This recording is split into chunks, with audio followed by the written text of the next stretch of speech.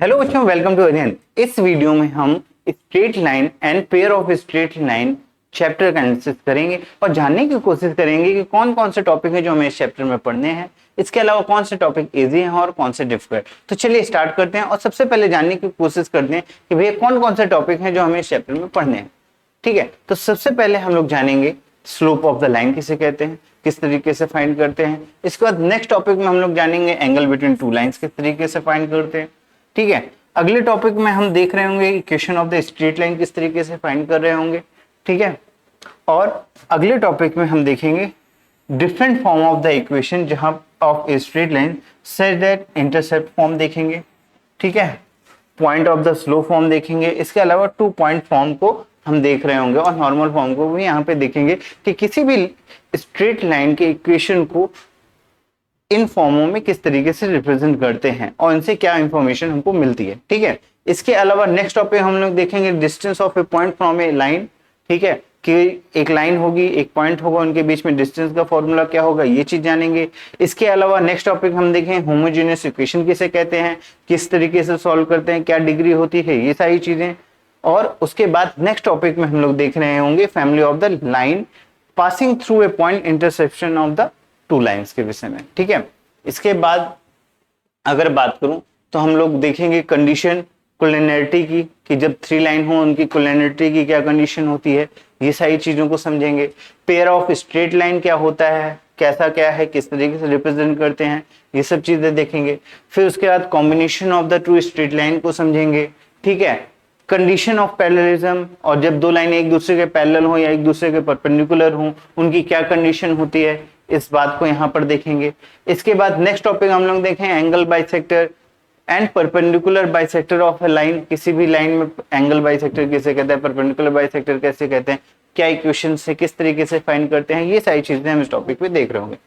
In next topic हम लोग देखेंगे point of intersection of the line and at the last topic हम लोग देखेंगे shortest distance between two lines क्या होती है, क्या फॉर्मूला होता है, किस तरीके से फाइंड करते हैं।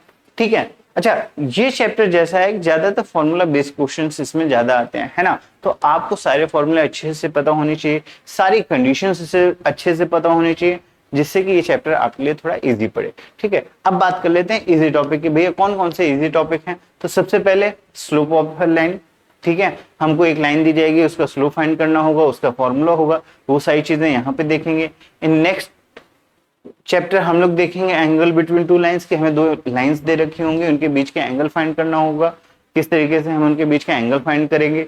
इसके अलावा equation of a straight line in intercept form and two point form, जहां पर आपने देखा होगा y minus y one equal to y2 minus y one upon x2 minus x1 into x minus x1 वाला फॉर्म। ठीक है, तो इस और उनके इंटरसेप्ट फॉर्म, इन सब चीजों को हम इस टॉपिक में देखेंगे कि भैया स्ट्रेट लाइन को डिफरेंट डिफरेंट फॉर्म में इक्वेशन ऑफ द लाइन किस तरीके से रिप्रेजेंट करते हैं, y equal to M X plus C, है ना, ये सारी चीजें।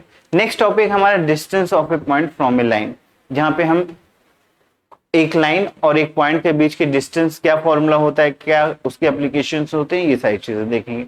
नेक्स्ट है condition for parallelism and perpendicularity, जहां पे दो लाइन गिवन होगी, अगर वो दोनों लाइनें पैरेलल हैं तो क्या कंडीशन होगी, दोनों लाइनें एक दूसरे के परपेंडिकुलर हैं तो क्या कंडीशन होगी, इन सारी चीजों को हम इस टॉपिक में देखेंगे।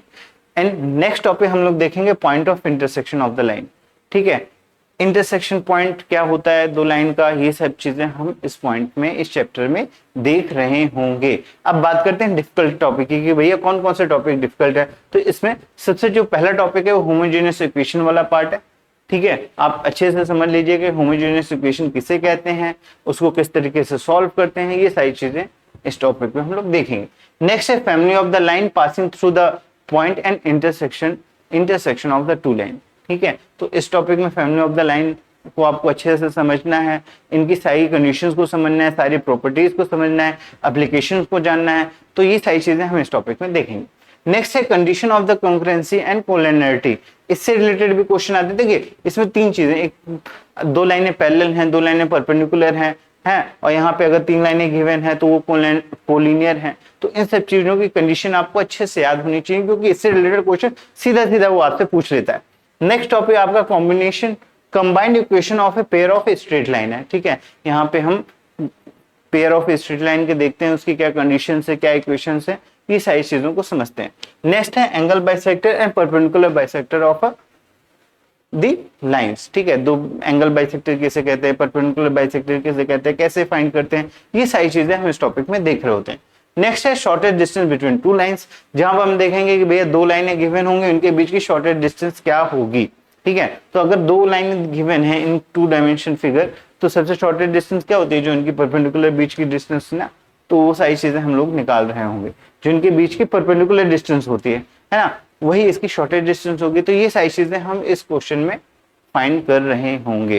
ठीक है, अच्छा जी, अब बात कर लेते हैं कौन कौन से चैप्टर हैं जिनकी रिक्वायरमेंट होगी हमें इस चैप्टर को पढ़ने और समझने में। ठीक है, तो सबसे पहले हमें कार्टेशियन प्लेन की जानकारी अच्छे से होनी चाहिए कि कार्टेशियन प्लेन किसे कहते हैं, वहां पॉइंट कैसे रिप्रेजेंट करते हैं, डिस्टेंस फॉर्मूला क्या होता है, सेक्शन फॉर्मूला क्या होता है, ये सारी चीजें हमको पता होनी चाहिए। ठीक है, इसके बाद बात करते हैं डिस्टेंस फॉर्मूला की। ऑब्वियस सी बात है, हमें डिस्टेंस फॉर्मूला पता होना चाहिए।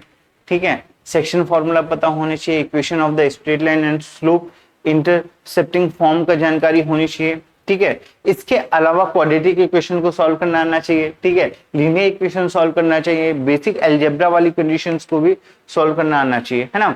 नेक्स्ट अगर मैं बात करता हूं तो आपको थोड़ा मैट्रिक्स और डिटरमिनेंट की भी जानकारी होनी चाहिए, जिससे कि आप क्वेश्चन को अच्छे से सॉल्व कर सको। ठीक है, आइए इस चैप्टर के जेई कनेक्शन को समझते हैं और बात करते हैं प्रीवियस ईयर वेटेज की। ठीक है, तो सबसे पहले बात करते हैं 2024 में। तो 2024 में एक न्यूमेरिकल टाइप क्वेश्चन इस चैप्टर से पूछा गया था। वहीं पे बात करो 2023 में, तो इस चैप्टर से कोई भी डायरेक्ट क्वेश्चन नहीं पूछा गया है। वहीं 2022 में भी इस चैप्टर से कोई क्वेश्चन नहीं पूछा गया है। यानी लास्ट 3 ईयर में सिर्फ एक क्वेश्चन इस चैप्टर से आया है, जिसका वेटेज 4 मार्क्स बनता है in last 3 year. Clear? I hope यहां तक से आपके लिए हेल्पफुल होगा आपके एग्जाम के लिए। मिलते हैं नेक्स्ट वीडियो में। Thank you.